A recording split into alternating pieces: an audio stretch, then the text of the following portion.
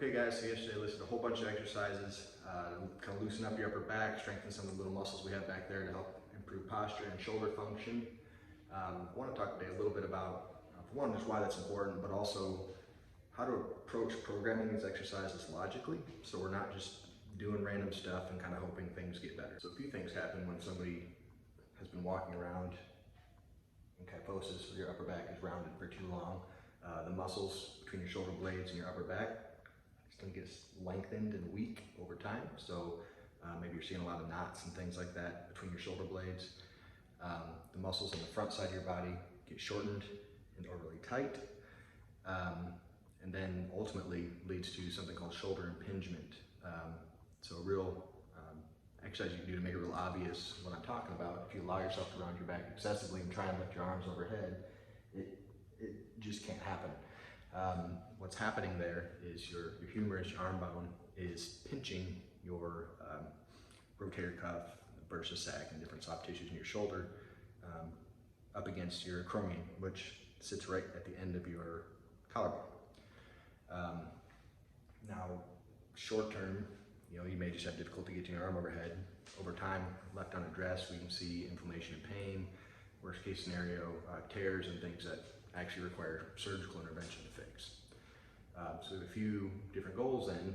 We want to address all of this. We need to loosen up the muscles of our front side so that we're not having to work against them to get our shoulders in the proper position.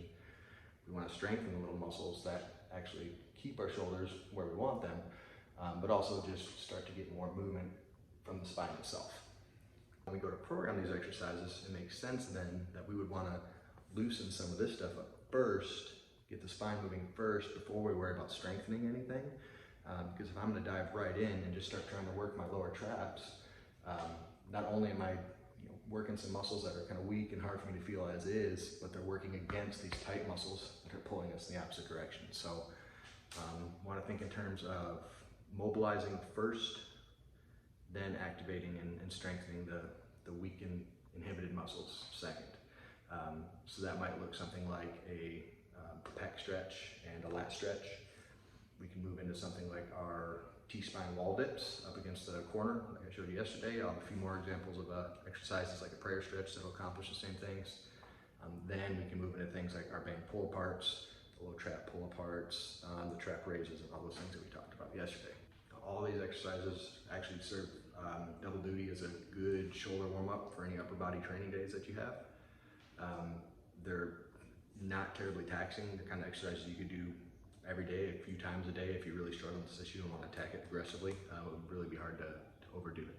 So give some of these a try. Remember, stretch and mobilize first, then activate and strengthen.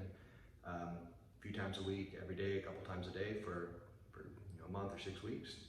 Let me know how you feel.